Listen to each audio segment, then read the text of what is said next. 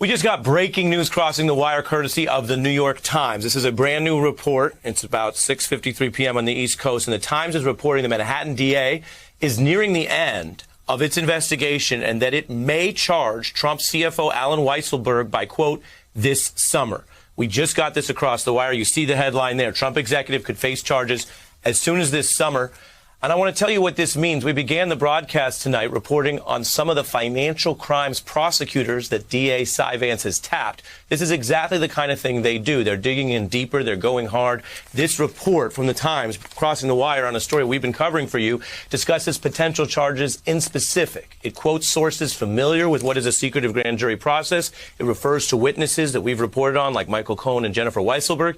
And it raises the prospect, not saying these charges are imminent, not saying they're happening tomorrow, but by this summer, it raises the prospect of specific charges against Donald Trump's longtime money man, including potentially grand larceny or tax fraud. This is a huge development. It would put tremendous pressure on the individual who was one of two people in the room at times, him and Donald Trump, as they decided what to tell the government, whether to tell the truth or not, and whether to do things that, at least according to where this DA investigation is heading, do things that DA Cy Vance seems to believe may be crimes. I want to bring in a DOJ veteran, Matt Miller.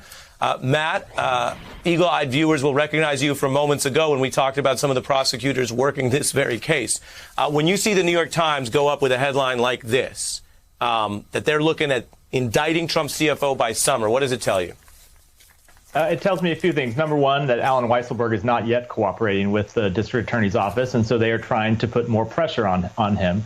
Oftentimes, people will refuse to cooperate until the very last days, right? Until the last days before they're told that they're going to be indicted. And sometimes, as we've seen in many of the federal investigations into Trump and those around him, they will be indicted, not decide to cooperate until after they've been indicted. So I think what it tells you is, they still want Alan Weisselberg very badly as their cooperating witness against Donald Trump, and they're willing to go all the way, if the evidence supports it, to try and get him.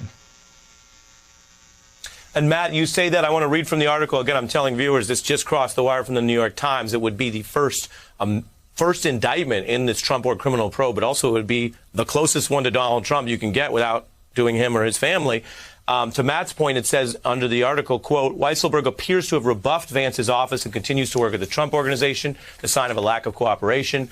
And there's a reference to specific benefits or gifts, a.k.a. valuable things that Donald Trump sent towards Mr. Weisselberg that he may have, according to investigators, lied about, defrauded the government about, not reported as revenue, as benefits, as taxable benefits.